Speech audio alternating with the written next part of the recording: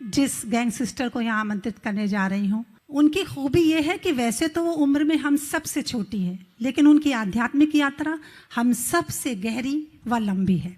हम जिन बातों पर विचार कर रहे होते हैं, जिन समस्याओं के समाधान के बारे में सोच रहे होते हैं, वो अपनी अंतर्दृष्टि से उसका समाधान पेश कर देती हैं। ज्योतिष में भी उनकी बड़ी गहरी रुचि है, इसीलिए जीवन के उतार चढ़ाव में स्थिर रहना उनकी स्थिति प्रज्ञ अवस्था को दर्शाता है। उनकी 2 किताबें मंजरे आम हुई हैं, गोपाल दास नीरज की हस्तलिखित रचनाएं और मौत का जिंदगी नामा। मौत का जिंदगी नामा, इस किताब की सारी रचनाएं लॉकडाउन पर आधारित हैं। और इसके अलावा वो गज़लें भी कहती हैं, और क्या खूब गज़लें कहती हैं, आप सुनेंगे। उनकी अधिकतर शेर जो है वो सिगरेट को आधार बना के कहे गए हैं। अब आप सोचेंगे एक आध्यात्मिक व्यक्तित्व और सिगरेट पर लेखन, लेकिन जब आप उनको सुनेंगे, उनके शेरों की गहराई और मर्म को समझेंगे, तो आप समझ जाएंगे मैं क्या कह रही हूँ। अब मैं ज़्यादा बात ना करते हुए उन्हीं की पंक्तियों से उन्हें यहाँ बुलाती हूँ कि एक तीर बन के छूट गए थे कमा से हम, एक तीर बन के छूट गए थे कमा से हम, लौटे नहीं हैं आज तलक आसमां से हम। बहुत सम्मान और प्यार के साथ मैं आवाज़ दे रही हूँ प्रज्ञा शर्मा को। आइए प्रज्ञा।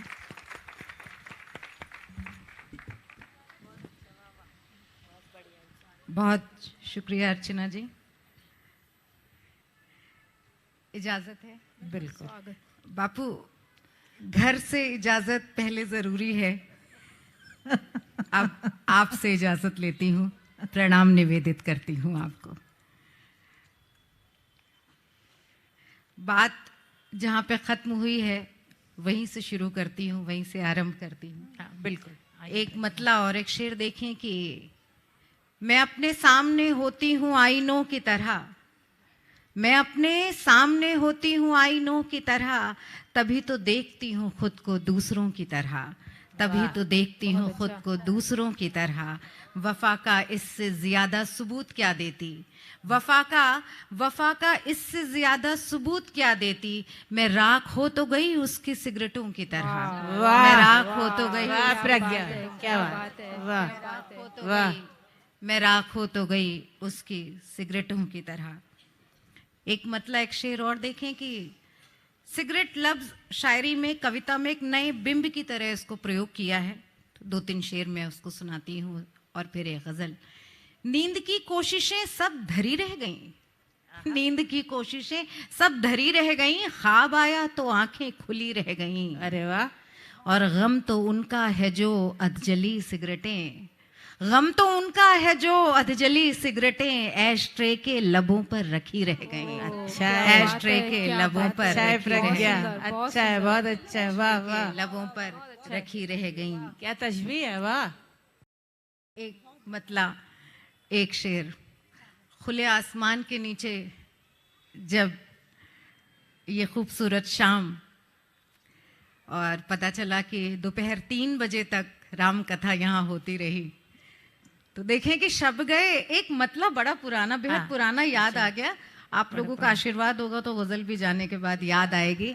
बापू मतला खाली इतना कि बस मेरे जैसी चाहने वाली नहीं मिली, बस मेरे जैसी चाहने वाली नहीं मिली, मौसम को बेर मिल गए शबरी नहीं मिली। क्या बात, मौसम को बेर मिल गए शबरी नहीं मिली। प्रज्ञा, बस मेरे जैसी चाहने वाली नहीं मिली, मौसम को बेर मिल गए शबरी नहीं मिली।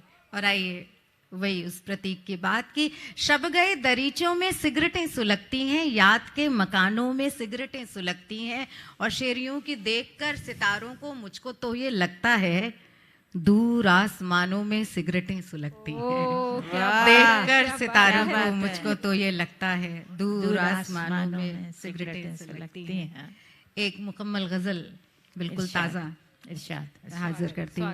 देखिए क्या मतलब, यूं कि ज्यादा कहने को है भी नहीं सफाई में, ज्यादा कहने को है भी नहीं सफाई में, इधर मेरी भी तवज्जो नहीं रिहाई में। अच्छा है, इधर मेरी भी तवज्जो नहीं रिहाई में, जो उसकी कैद में हो बहरहाल ज्यादा कहने को है भी नहीं सफाई में, इधर मेरी भी तवज्जो नहीं रिहाई में। और शेर यूं की वफा तो दी है मुझे भी बनाने वाले ने, वफा तो दी है मुझे भी बनाने वाले ने, मगर मजा बड़ा आता है बेवफाई में, मगर मजा बड़ा आता है बेवफाई में। बहुत अच्छा, बहुत अच्छा।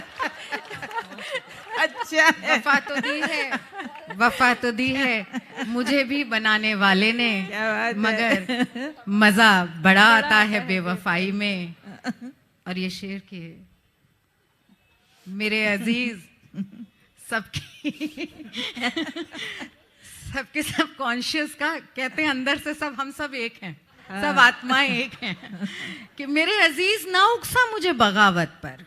एक लफ्ज है पारसाई कि मेरे अजीज ना उकसा मुझे बगावत पर, मुझे बगावत पर। तमाम उम्र गुजारी है पारसाई में, तमाम उम्र गुजारी है पारसाई में। मेरे अजीज ना उकसा मुझे बगावत पर, तमाम उम्र गुजारी है पारसाई में। और ये शेर की सुना है उसकी तबीयत खराब है कल से, सुना है उसकी तबीयत खराब है कल से, मेरी दुआ भी मिला दो कोई दवाई में। अरे वाह, मेरी दुआ अच्छा भी है, मिला क्या दो बात कोई है, दवाई वाह में। वाह वाह अच्छा प्रज्ञा जी, वाह वाह, प्रज्ञा, वाह, क्या बात। वाह। बहुत फिर से पढ़िए, फिर से पढ़िए। सुना है उसकी तबीयत खराब है कल से, सुना है उसकी तबीयत खराब है कल से, मेरी दुआ भी मिला दो कोई दवाई में, मेरी दुआ भी मिला दो कोई दवाई क्या में। बात है, वाह प्रज्ञा। एक जिस किताब का जिक्र किया, वक्त को देखते हुए मैं नहीं, तुम पढ़ो गजल, पढ़ो, फिर पढ़ो गजल। वक्त मेरा वक्त है, बहुत है, वक्त है बापू। हाँ बापू।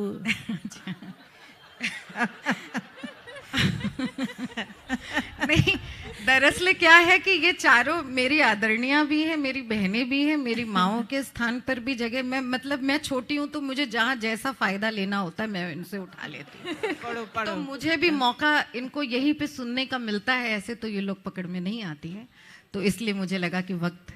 बहरहाल एक मतला देखें कि शबे निजात है अब अपनी जात से निकलो। लॉकडाउन के दौरान ही उसी के आसपास ये गजल हुई। दीपी जी सुनिए। शबे निजात है अब अपनी जात से निकलो, ये एक फरेब है इस कायनात से निकलो। क्या बात ये एक फरेब है इस कायनात से निकलो। और शेर यूं की यहाँ तो रोज नए हादसात होते हैं, यहाँ तो रोज रोज नए हादसात होते हैं, ये राह इश्क है तुम एहतियात से निकलो। ये राह इश्क है तुम एहतियात से निकलो। बहुत अच्छा है प्रज्ञा, फिर से पढ़ो, फिर से पढ़ो। तुम एहतियात से निकलो, यहाँ तो रोज नए हादसात होते हैं, ये राह इश्क है तुम एहतियात से निकलो। शबे निजात है अब अपनी जात से निकलो। और ये शेर की अब अपने जिस्म के मलबे से सर उठाओ तुम, अब अपने जिस्म के मलबे से सर उठाओ तुम, जो हो चुके हैं अब उन हादसात से निकलो, जो हो चुके हैं अब उन हादसात से निकलो।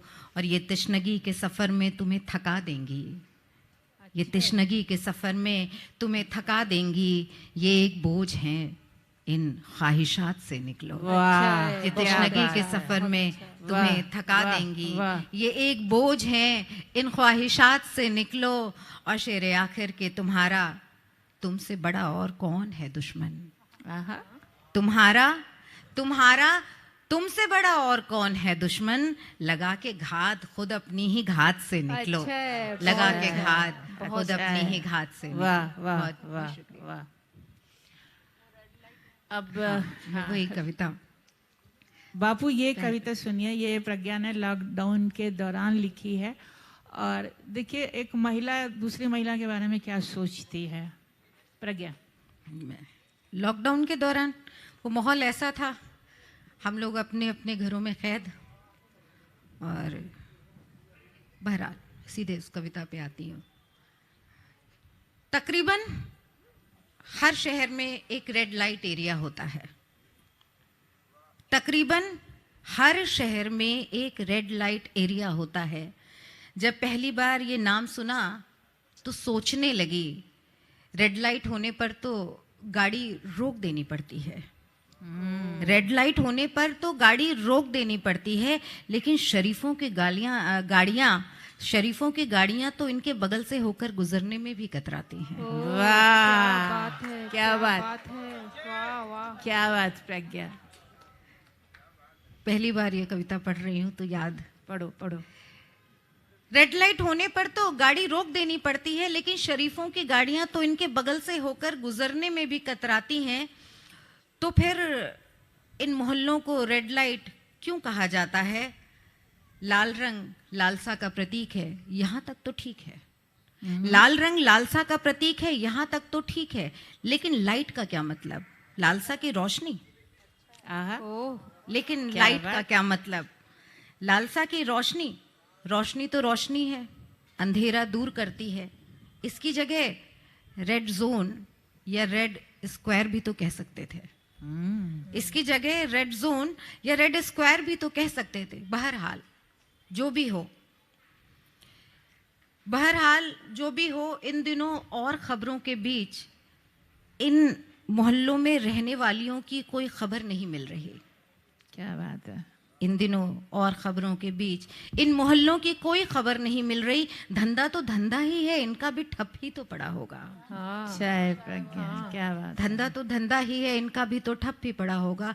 आखिर इनके काम में तो डिस्टेंसिंग की गुंजाइश भी नहीं। क्या बात है। न जाने इन मोहल्लों में रहने वालियां किन हालात में होंगी। न जाने इन मोहल्लों में रहने वालियां किन हालात में होंगी। यूं तो इन दिनों कितने ही लोग मदद बांट रहे हैं, मालूम नहीं ये उन मोहल्लों में जाते भी होंगे या नहीं, या और दिनों की तरह रोशनी से कतराते होंगे, या और दिनों की तरह रोशनी से कतराते होंगे। बहुत सुंदर, बहुत सुंदर प्रज्ञा, बहुत सुंदर। बहुत सुंदर, बहुत सुंदर।